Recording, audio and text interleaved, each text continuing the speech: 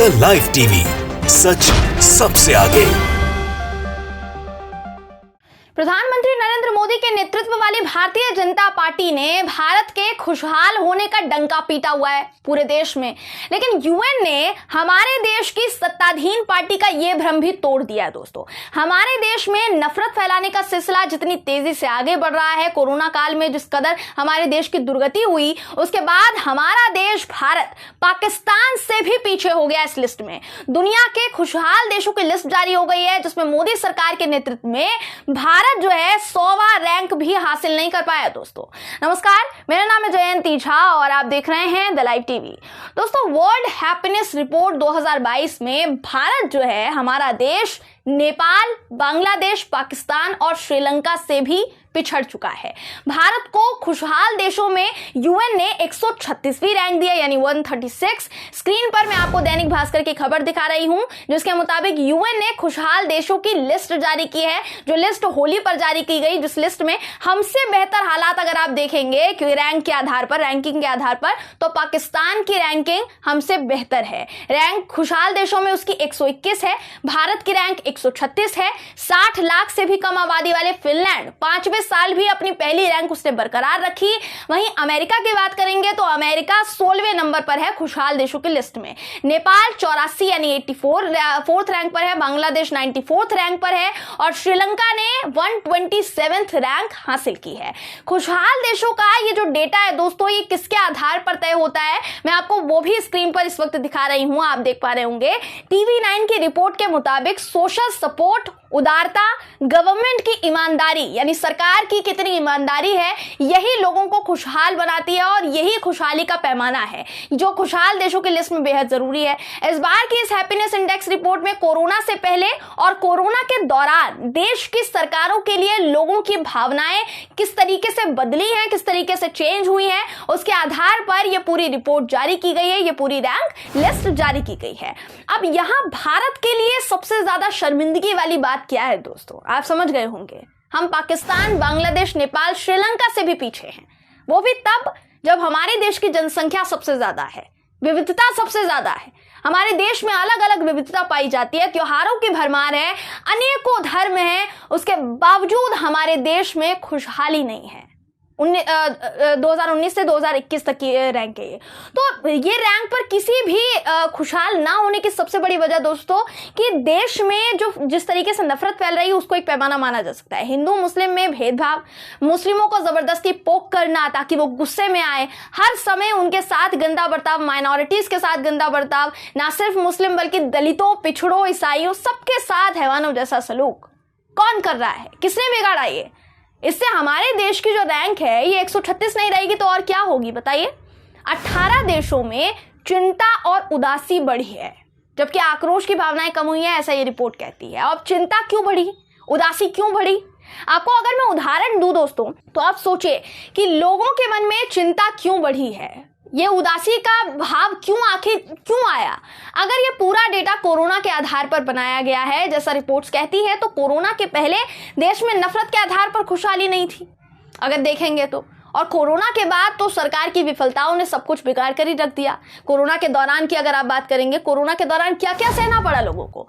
UP और बड़े बड़े राज्यों में लोगों की जानें गई, अर्थव्यवस्था ठप पड़ गई, इकोनॉमी ठप पड़ गई, लोग सालों साल घर में बैठे रहे, उनके पास नौकरी नहीं थी, बेरोजगार रहे लोग, कई लोगों ने अपनी जान गंवा दी। जब कोरोना खत्म हुआ तो फिर से वही नफरत का अंबार। अभी आप देख लीजिए, अभी आप एक और बात सोचिए कि इस साल होली में, अगर मैं अभी के सिचुएशन बता रही हूं, होली में पाकिस्तान के अल्पसंख्यक हिंदू हैं, उन्होंने खुलकर होली मनाई, खुशहाली से। उनका कहना था कि हम बहुत खुश हैं। मैं पाकिस्तान के कराची की बात कर रही हूं दोस्तों, जहां लोगों ने मंदिर में खुलकर होली मनाई। जी, स्वामी नारायण मंदिर था वहां, जहां खुलकर होली मनाई गई खुशहाली से। मैं आपको पाकिस्तान से सामने आए वीडियो दिखाना चाहूंगी, जो कि BBC के हवाले से प्राप्त हुआ है। आप ये वीडियो देखिए, फिर मैं आपको दिखाऊंगी आगे दोस्तों कि जहां पाकिस्तान में इस कदर होली मनाई गई, भारत में कैसे होली मन रही थी। आपको ये वीडियो दिखा देते हैं दोस्तों। इससे पहले ये वीडियो देखिए, फिर आगे की बात। इसके गिर्द शादीशुदा जोड़ों, खासतौर पर जो नए शादीशुदा जोड़े हैं, उन्होंने फेरे लिए, उनके साथ दीगर लोगों ने फेरे लिए और यहाँ रात गए तक नाच गाना होता रहा और लोग एक दूसरे के ऊपर होली के रंग फेंकते रहे। हिंदू पाकिस्तान की सबसे बड़ी माइनॉरिटी है। तो पाकिस्तान में हिंदू समाज ने ऐसे धूमधाम से होली मनाई, वहां माइनॉरिटी हिंदू है। अब आपको दिखा दूं कि भारत में कैसे होली मनाई गई, जहां माइनॉरिटी मुस्लिम्स हैं, ईसाई है। पाकिस्तान में हिंदू अल्पसंख्यक हैं, वो खुलकर होली मना रहे हैं, लेकिन भारत में मुस्लिम अल्पसंख्यक हैं। तो अगर हिंदुओं के त्योहारों की इज्जत होती है तो फिर भारत में मुस्लिमों की भावनाओं की भी कोई इज्जत होनी चाहिए कि नहीं होनी चाहिए? होनी चाहिए। उनको उनकी इज्जत क्यों नहीं है? उनके धर्म की इज्जत क्यों नहीं है? मैं आपको यूपी के अलीगढ़ की तस्वीर दिखाना चाहूंगी, जिसमें मस्जिद को काले कपड़े से ढक दिया गया, एक दिन पहले भी और एक दिन बाद भी। आपको ये वीडियो दिखाना चाहूंगी दोस्तों, ये वीडियो दिखा देते हैं, ये वीडियो भी आप देखिए।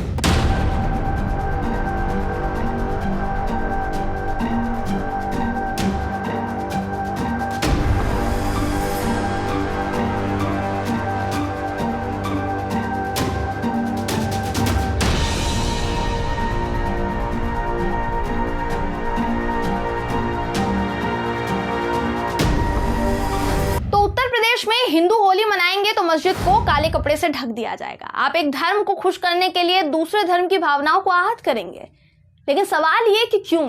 ऐसा करने की जरूरत क्या है?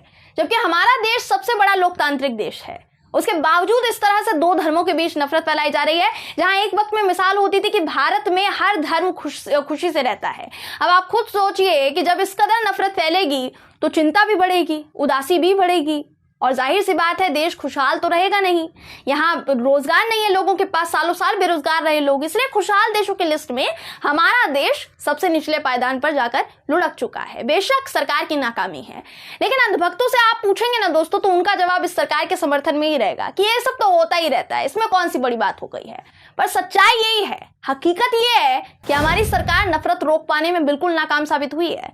हमारी सरकार कोरोना में लोगों की जान बचाने में नाकाम साबित हुई है। हमारी सरकार लोगों को खुशहाल नहीं रख पाई, और ये सच्चाई है जिसे कोई भी कितना भी झुठलाने की कोशिश कर ले, कितना भी इसको नकारने की कोशिश करेगा, इसे झुठलाया नहीं जा सकता। सरकार के खिलाफ भारत के लोगों की भावनाओं को खत्म नहीं किया जा सकता है। जिस कदर नफरत बढ़ी है उसको खत्म नहीं किया जा सकता है। लोग उस मंजर को कभी नहीं भूलेंगे जब गंगा में ढेरों लाशें तैरती हुई मिली, जब एक महिला ने अपने पति की जान बचाने के लिए अपने मुंह से उसे सांस दी।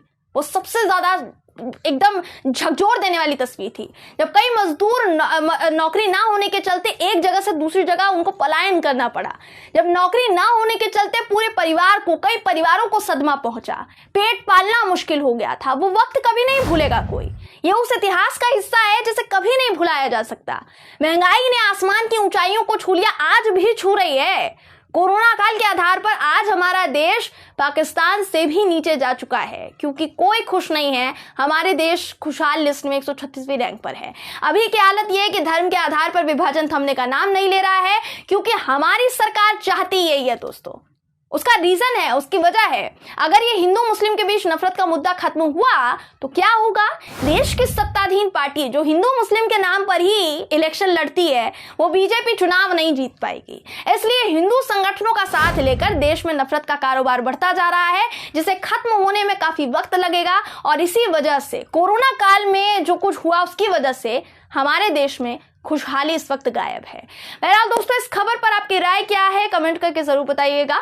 वीडियो अगर आपको पसंद आई हो तो वीडियो को लाइक और शेयर करना ना भूलें। फिर मुलाकात होगी आपसे किसी ऐसी ही खबर के साथ, तब तक के लिए नमस्कार। द लाइव टीवी, सच सबसे आगे।